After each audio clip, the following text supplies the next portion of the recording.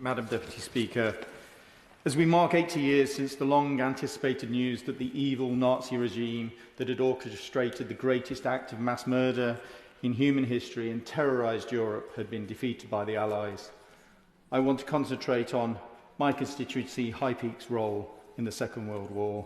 So many of our men and women served their country during the war, and sadly, far too many made the ultimate sacrifice in defeating fascism. Whilst our communities were spared much of the horrendous bombing that affected larger areas like London, there were some notable exceptions. It was one July evening in 1942 when the Luftwaffe found themselves flying over High Peak. After failing to find a large propeller factory in Lostock because of low cloud cover, the high-speed bombers wreaked havoc on two High Peak villages, one dropping its bombs on Tor Vale and the other dropping two bombs near Swizzle's sweet factory. Had those bombs landed, then the world may never have known love hearts, and the many childhood would have been the poorer for it. The good news is that Swizzles is surviving and thriving today in the air.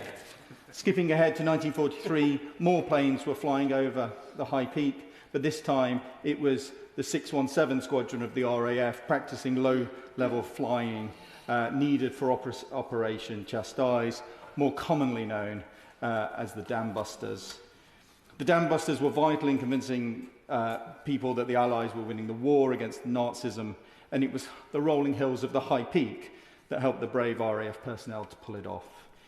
In this time of celebration and reflection, we naturally remember the strength and bravery of the people who fought to keep our country free during the Second World War, and we must never lose sight of the scale of the sacrifice that people make when they join our armed forces today.